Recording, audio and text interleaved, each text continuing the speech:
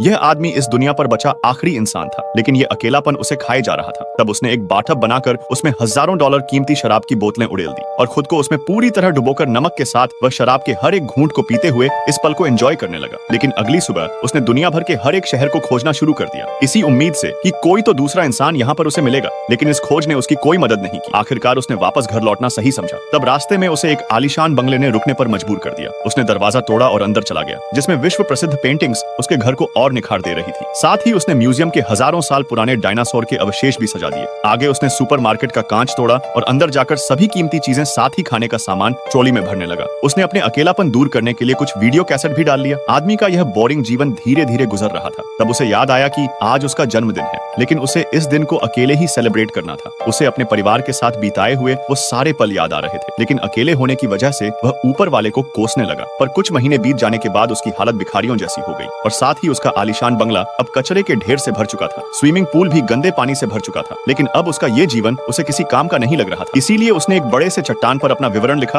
और अपनी कार को उस चट्टान से टकराकर खुद का जीवन खत्म करने का फैसला कर लिया। लेकिन बीच रास्ते पर ही उसे अपना फैसला बदलना पड़ा, क्योंकि उसे दूसरी तरफ से एक धुएं की लकीर आसमान छूती हुई दिख रही थी। इसका मतलब था कि उसके अलावा यहाँ पर कोई तो दूसरा इंसान होगा। उसने जल्दी से अपनी कार को उसी ओर ले गया जहाँ पर उसे किसी महिला का ब्रा टंगा हुआ दिख रहा था। उसने छूकर लंबी सांस ली, लेकिन पीछे से किसी की आवाज आते ही वह तुरंत ही बेहोश हो गया।